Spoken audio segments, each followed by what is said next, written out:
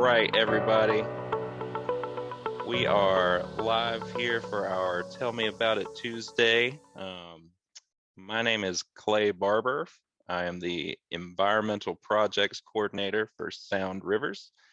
And we are super excited to have Dr. Emily Yeager on today's Tell Me About It Tuesday. Tell Me About It Tuesday, if you don't know, we work with a lot of really cool professionals in our business in a huge variety of fields, scientists, researchers, government workers, and agencies, and all sorts of folks. So we bring them in here and we pick a topic and we kind of deep dive into it, and we keep it casual and cool because we're all tuning in here in our evenings. So thank y'all for sharing your evening with us. Just a little bit about our speaker, Dr. Yeager, coming from East Carolina University, where she is an alumni of the Sustainable Tourism Program. That's actually how me and her met. And one of the reasons I was really excited to hear about the project that she'll be talking about this evening, because it has everything to do with natural resources and tourism and sustainability, which are just music to my ears. And she's an incredibly accomplished lady. I went to go look up her research projects and all the projects that she's got her hands in, and I was like, oh wow, that is way too many to list. But just a few things, a lot of studies on coastal communities, tourism initiatives like trails. I think she just started the African American Heritage Trail. She's been doing a little marketing work with the NC Oyster Trail. She does research on how communities that host these trails feel about their trails, and everything in between. So we're happy to have her here on the Tar Pamlico and in Eastern North Carolina doing her work. I won't go into the Blue Economy Corridor because I know myself, and I'll start talking and then it'll be 15 minutes later and I will have stolen the presentation. And I don't want to do that. I want to leave plenty of time for our guest to talk about what she's been working so hard on. We are a community partner on this project. So we're very much here to assist and kind of guide what this would be used for, and we're just flattered and excited about it. So I'm looking at my checklist here. I think I've gone through everything I wanted to do to introduce you. So without further ado, Emily, if you want to hop up here and take over the show, I'll pass it on to you. So just to be sure y'all can hear me, thumbs up, good. So that was a very humbling introduction, Clay. So thank you. And I am just really excited to be here tonight. I appreciate all of y'all that are tuning in. I'm definitely very passionate about the Tar and Pamlico rivers, and I'm really happy to share some projects that we're working on to help bring more attention to the river in a positive way and to build community around this awesome resource. So I'm going to share my screen, and I want to make sure. Okay, can you see this PowerPoint? Thumbs up, great. So I'll also just direct your attention in the chat. I dropped a link to a page that is dedicated to this project. So if anything tonight, regardless of what I even talk about tonight, I encourage you to take a look at this page. Pretty much everything that I'm presenting to you, you can find in this page, and you can share this with other people if you're interested in telling others about participating in this project. So let me make this full screen. What I'm going to be talking with you about is a project that I kind of alluded to this, but the goal is to highlight all of the amazing things that exist within the eastern portion of the Tar Pamlico River Basin. And what exactly those things are is what I was hoping to present to you today.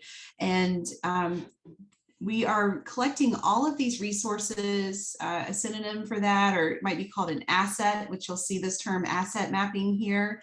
We're trying to document what all of these assets are into one single thing, which we're calling the Blue Economy Corridor. So the Eastern Tar-Pamlico River Basin, or what we're working on in this project, covers Nash, Edgecombe, Pitt, and Beaufort counties. So just a little bit of background for folks, if you're not familiar with what the blue economy is. You'll see our federal agencies like NOAA, for example, use this term very heavily as of in the past 5 years or so. And basically it's a way to monetize or to use waterways for economic development. And from the standpoint of NOAA, for example, it's traditionally been thought of in terms of like ocean economy. But the history of the blue economy actually comes out of Michigan, and they focused on what they could do with their freshwater resources, like the tons of lakes that they have, and how they could connect blueways with the terrestrial, or with communities that are on the land. So if you were to use a blue economy approach towards developing a community, for example, in Washington or in New Bern, or Oriental, as I saw where some of y'all are coming from, is, creating that connecting point. So for example, if you were to paddle up to Washington's waterfront, and you wanted folks to get out of that kayak and to come into downtown and spend money, do they have a way to do that? And I would say, yes, they do in Washington. And depending on the other communities that you're coming from, you might think about that and say, oh, do we actually have that connecting piece where both the land and water resources are being connected together in sort of this broader sense of the community and how people are accessing it?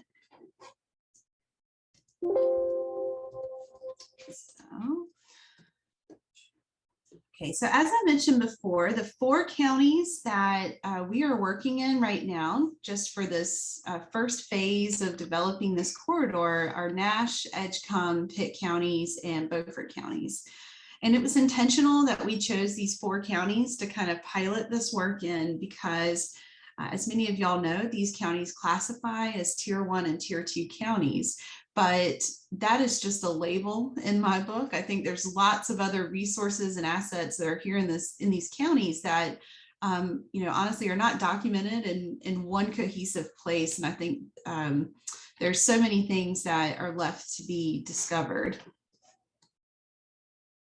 So one of the other things, and I know that many of y'all with us here tonight know what a river corridor is, but just so y'all know where I'm coming from when I talk about doing asset mapping or figuring out what resources exist in the river basin, we are considering anything that is, geologically and geographically speaking, we know like where the physical boundaries of a river basin are, but we're also looking at what the communities are that would comprise that river basin. So you might have a community within a county that might be seemingly far away from the actual water source, but they would still be considered part of that river basin. And, just to kind of zoom out even more, if you want to see geographically where we are going to be mapping these assets, it starts right at around Rocky Mount. So just east of I-95, and then out towards Eastern Beaufort County to where the Pamlico meets the Sound. So as I mentioned earlier in the chat, I put a link to a page that's dedicated to this project, but if anybody is interested, you can scan this QR code and it'll take you right to that page that I linked. So this page was created by students that were working on this project, and I'll refer back to it in just a little bit for some of the ways that you can actually participate in this project now and coming up in the next few months during the spring season. So here comes the good part. What are we actually mapping here in the corridor? So We like to think of it as 7 general types of assets. And again, if assets is not a word that resonates with you, you can think about this as resources. You could think of it as, opportunities perhaps in your community. But these categories consist of nature-based tourism, hospitality assets, sociocultural heritage, health, conservation, STEM education, and accessibility, physical and otherwise. So some examples of nature-based tourism assets that we are hoping to document is anything from, kayak launches to fishing spots to wildlife viewing. And one of the things that I get asked a lot with this project is, are you trying to reinvent the wheel and, redocument all of these types of assets, at least with nature-based tourism that we know already exist? And my answer is no. So the final output for this project is going to be a digital interactive map. So all of these assets that we're identifying will live online in this map that you can access from anywhere. And we will be linking other apps and websites that have already been doing a lot of this really great work.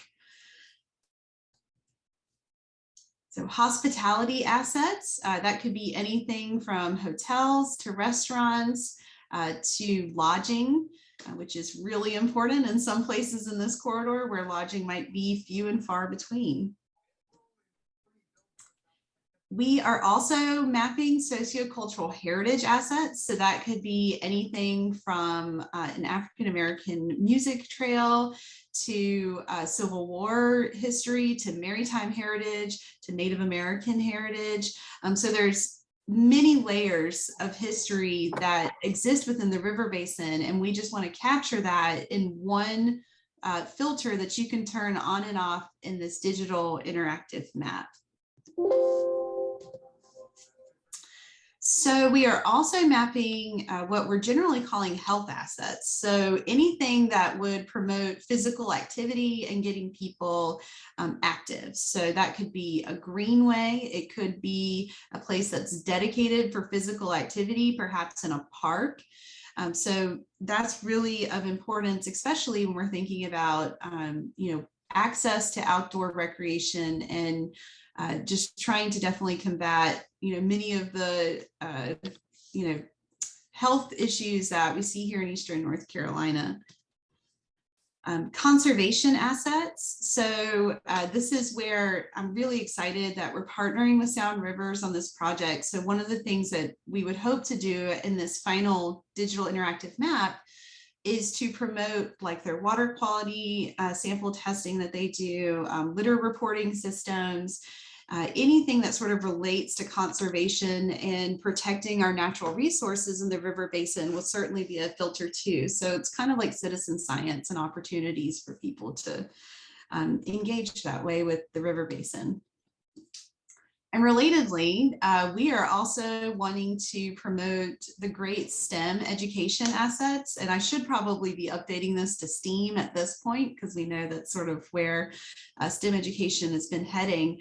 And that could be anything from a planetarium. It could be a nature center. In fact, I was just at the estuarium today in downtown Washington, and that would be an example of a STEM asset that we would definitely want to indicate on the map.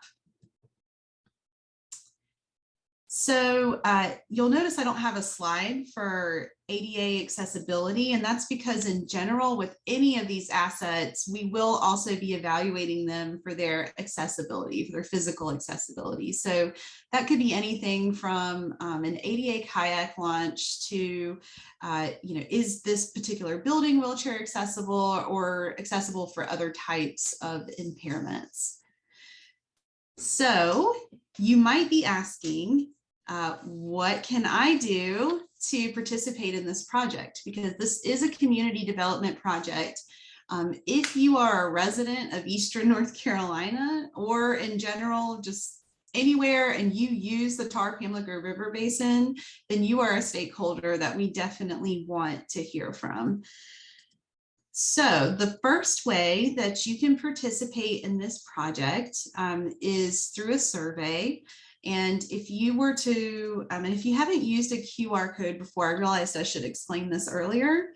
I think any phone now, if you open up your camera and you just sort of hold it up to the screen, you should get a link that comes up and you'll be able to click that if you're interested in taking part in the survey. So this is just a survey that asks folks about their relationship to the river basin, how do they use it, and at the end you actually get to pin your own assets. So back to that, giving a nod back to citizen science. So another way that you can participate in helping us identify what should go on this final digital interactive map is participating in our in-person workshops. So I'm really proud to say that the North Carolina Department of Natural and Cultural Resources have given us some funding to pilot 4 workshops, 1 in each of the counties, so Nash, Edgecombe, Pitt, and Beaufort, starting this spring. And one of those workshops is actually going to be completely in Spanish. We are hoping that that's going to actually happen here in Pitt County due to some partnerships with the Mexican. So we are thinking that's a strong possibility, but right now we're still finalizing where these workshops are going to happen. But that page that I referred you to that's dedicated to the project, there are RSVP forms already on that page where you can go ahead and sign up, and then you'll be notified later, hopefully within the next week and a half or so, where those workshops are going to happen. So they will occur between the middle of April to the middle of May. So those are the 4 weeks that we're looking at to hold these 4 workshops. And I will put a plug in.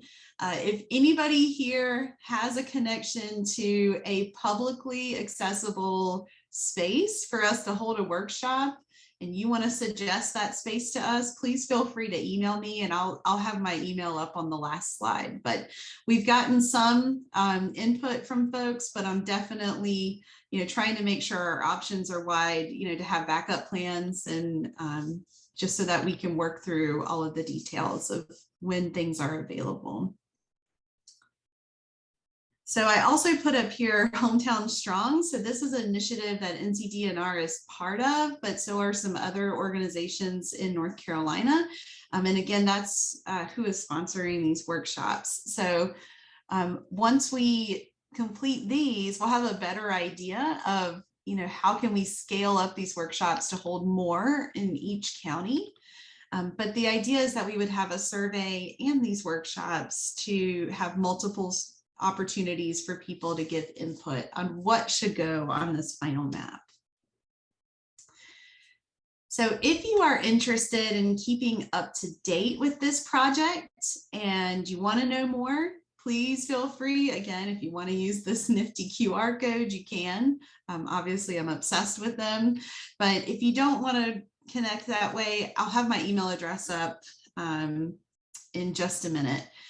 But this was a brief presentation because I wanted to leave time more for conversation and ideas that I wanted to hear from the audience. But these are just a few folks I want to say thank you to. And of course, Sound Rivers has just been incredible to work with. And, hopefully this is something that, in the future will continue to help further their work as our conservation champion of the river basin. So I'll just reiterate, if you want to connect about this project and you have questions or ideas that you want to share, please feel free to send me an email. I'm pretty quick to respond. So I would love to chat with you. And what I wanted to hear from the audience, now that I've sort of said my spiel, is I would love to hear what your ideas are about, are we covering enough assets? Are we thinking about resources? Do you have a different way to think about these resources in the river basin? And anything else that y'all want to talk about with the project or in general with the Tarpamlica River Basin?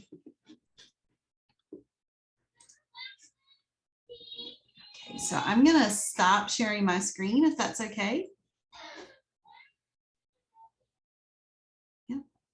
Yeah, so if anybody has any questions, throw them in the chat or raise your hand and we'll get you unmuted, or any comments in general. I know I have a few. I'm gonna withhold them for a minute to save some space for our audience. So thank you, Emily.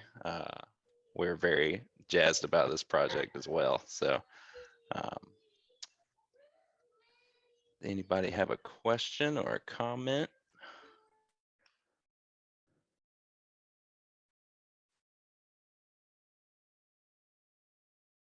I know one thing that really excites me about this project, and I feel like it's simple, but I feel like it's very overlooked, and that is that, you're doing this in 4 counties, um, but the whole gist of it is following the river. And I mean, the water doesn't care about county lines, and I love the shift towards that way of thinking and way of analyzing it. And as someone who has spent a lot of time recreating and working in those 4 different counties and other counties along the river, to see the differences in how folks do the same thing, or to see people kind of replicate things within their little county boundaries, and really not communicate with their neighbor or team up to make it better or consistent, has always stuck out to me. I see those differences easily, and I view this as a really good opportunity to think differently and be more, you said it in the presentation, the word cohesive, more cohesive in how we treat and capitalize on our river systems. So that's one of the things that excites me about it. Yeah, and something that I wanted to let the audience know is that this method that we're doing, I don't even know if method's the right word, framework of mapping out what your resources are in the communities, we're hoping to replicate, to the entire length of the Tar Pamlico River Basin. It'd be great to expand all the way up to its headwaters and up to my home place. I'm from Franklin County, North Carolina. So I grew up on the Tar River. I have a very close connection to it. But absolutely, we want to use this as a framework. And that's something that other communities and other blueways or river basins can either replicate or adapt, right? Whatever works for your community. In this case, we're doing community workshops and a survey, and we're using these other sort of tools like the story map page that I shared with y'all, but maybe that doesn't work for other people. But we are hoping that this could be some type of framework that would be helpful. And to your other point, Clay, and some folks who are on right now might, have insight into this. If you think about historically how the Tar and Pamlico rivers were used, it was commerce, it was transportation, and to your point, water doesn't know what a county line is. And so the connection to the water, though, seemed to sort of dissipate as we were retreating away from using this blue way as like more of like an economic corridor. And so you kind of retreat back into your downtowns and then further inland. And, now we're seeing in all of the communities, at least in these 4 counties, I can name off the top of my head, like Rocky Mount Mills, and I think about what's happening in Tarboro and what's happening with Greenville and Washington.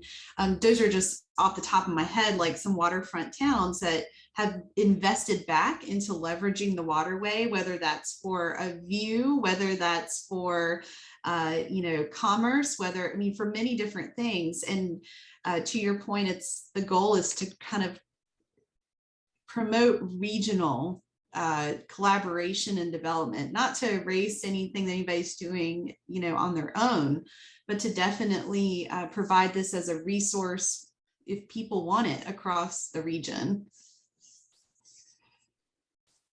Yeah, for sure. Regional resources, how we need to be thinking, folks. I know one thing I had on my brain just now, and I'm wondering why I didn't ask you a long time ago. But the community workshops. So I've seen the survey. How do you imagine the workshops happening? Is there going to be somebody there kind of just there as a resource to answer questions as they come, or is somebody going to like go through the survey as it is? Yeah. Yeah, no, I'm shaking my head like, yeah, these are great things for us to talk about. So essentially, you're going to have at the workshops a map printed out that's at the front of the room. And of course, I'll do a little explaining, and so will my students are helping about, like I explained to y'all, what are the different assets that we're looking at. But of course, we just want you to pin what you would think is great for residents' quality of life, and what would also be attractive for visitors to come and see, because in one sense, this is a tourism marketing tool, if you will, a recreation marketing tool. So, but what are those places that you're okay with visitors coming to see? And so after we do that and kind of discuss that in the workshop about what we mean by different kinds of assets, people will have an opportunity to come and pin those exactly on the map. And then we can later on, I can do some assign GPS points to each one of those places. And on the back end, we'll do some things with our mapping software to get that all integrated with what people are also providing in the survey. So the questions that we asked in the survey too, we'll also be generally asking open-ended. So what's your connection to the river basin? Why is it important? Is it unimportant? What would you, because that might be someone's sentiment. Or, we're also interested in access. Like if you've never accessed the river or like the Pamlico or the Tar Rivers, why not if you live here? And it's funny because I was just on the river with Clay yesterday, and we were talking about that. This is a really awesome resource to have in your backyard, so to speak. But traditionally, as I talked about that historical retreat from the waterway, you'll find many people who have, for many different reasons, don't interact with the water. And so we're really interested in knowing why, and if there's things that we could do to help better promote this as a public resource that people know about, but also how to also promote conservation at the same time. On the note of conservation, so in our sustainability programs, they love to talk about the triple bottom line, and that's something that has always stuck with me just because it makes so much sense in my brain for some reason. And if you don't know, the triple bottom line, to be the simplest that I can make it, is people, planet, and profit. So when you go to make a decision, is it good for the economy? Is it good for the people in the area that's being affected? Is it good for the culture? Is it good for the environment in which it is occurring?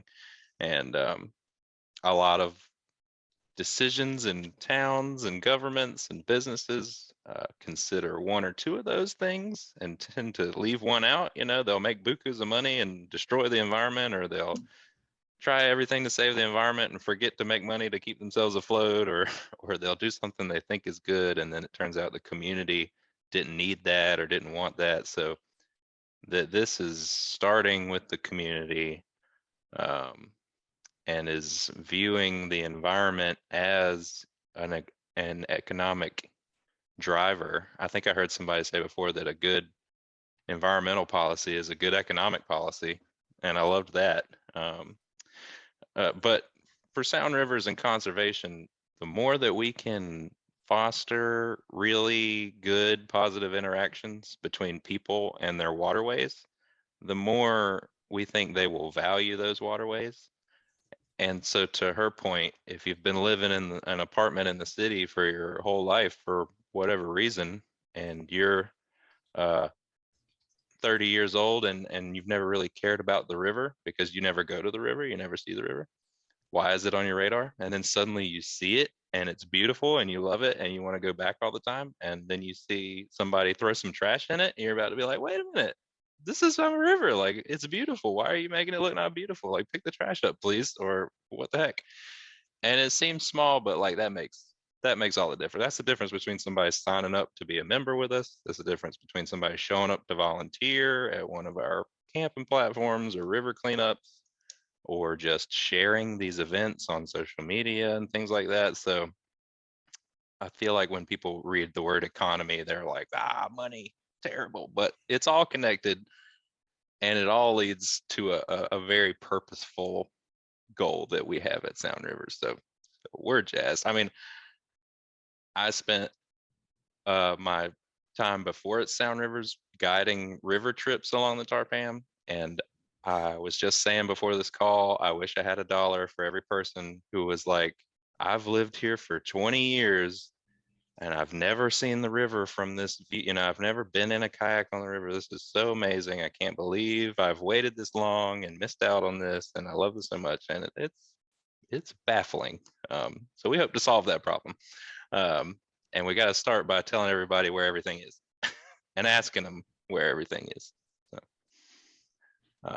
So I asked a question, and Clay, I totally agree with you, by the way. I just, I asked the question if anybody with us tonight is living in Beaufort County currently.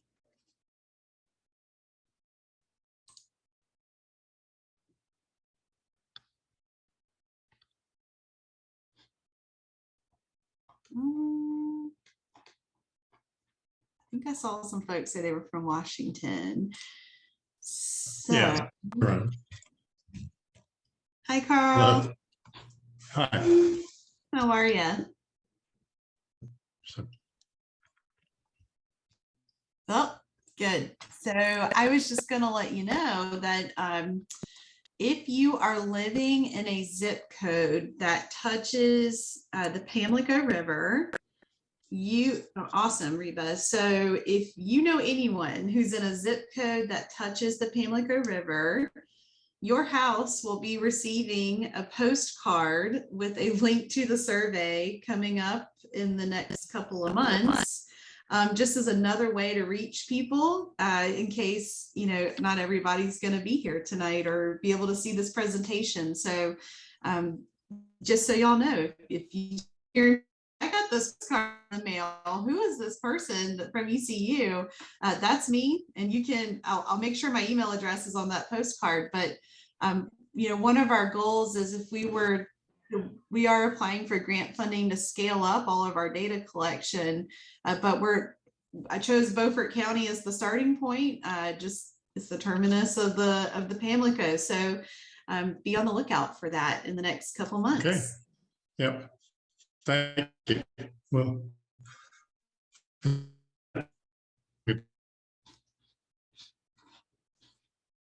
oh, I think I lost you. I think each of the towns probably just have one. I'm not sure there's a zip code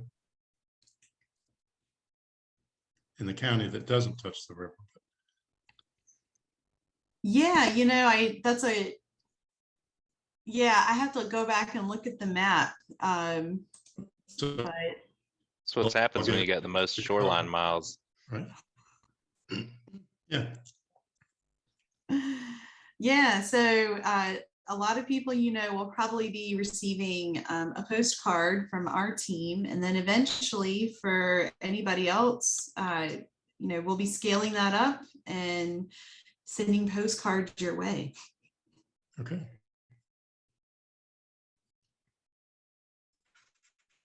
Yeah. Look forward to it. Great. So yeah, if anybody has any more questions, do put them in the chat so we can address those, or if you think of one later, send it to us and we'll field that one for sure. I feel like I spent a little bit talking about why I love this.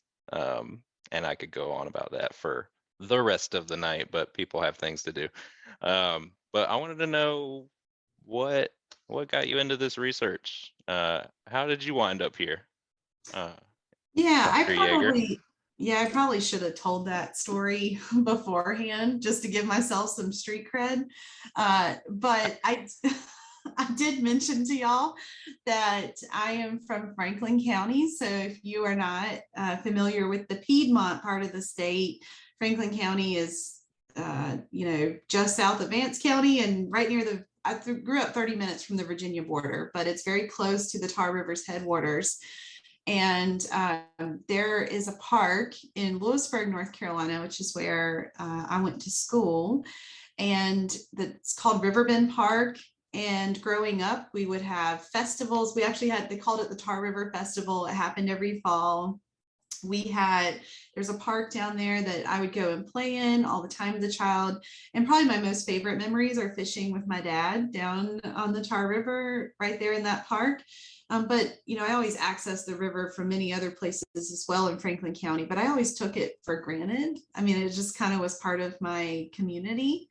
And then I actually came to East Carolina for my geology degree, and then I stayed on to do my master's in sustainable tourism, the same program that Clay was in.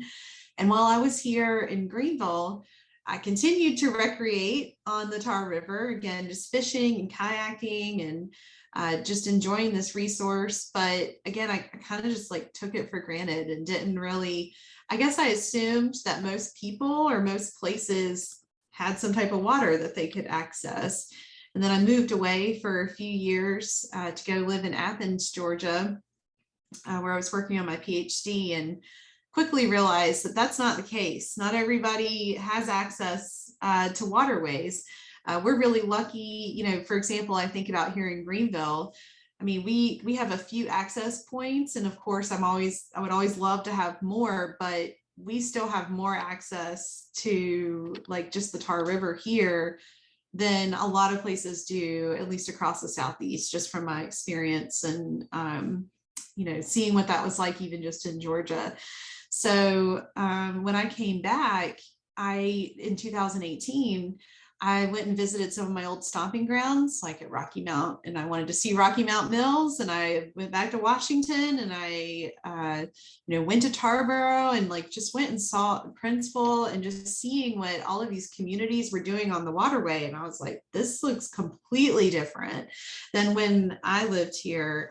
It wasn't really, I guess, on top of mind that the water was a happening place to be. And now it seems like it is. And I just had this thought that, wow, it would be really cool, because I know that some of these communities, you get to a stopping point, you only have so much money in your budget to promote all of the really great things that you're doing as a community. And I was thinking to myself, what if there was some type of regional tool that we could use to help cross promote what everybody's doing and all of these wonderful resources, whether that's STEM education to hospitality. How do we showcase all of this in one regional way? And that's really my background and how I came to want to work on this project. And I'm really passionate about Eastern North Carolina. It was my dream job to come back to East Carolina, and I never thought it would happen, just because that's not really how academia works. You tend to travel to where the job is. And so I'm literally living the dream right now. And I just want to be able to use my position at the university to give back to this part of North Carolina that's given so much to me. Well, dang, that's awesome. That's again why I say we're glad to have you and have that passion and expertise in our watershed.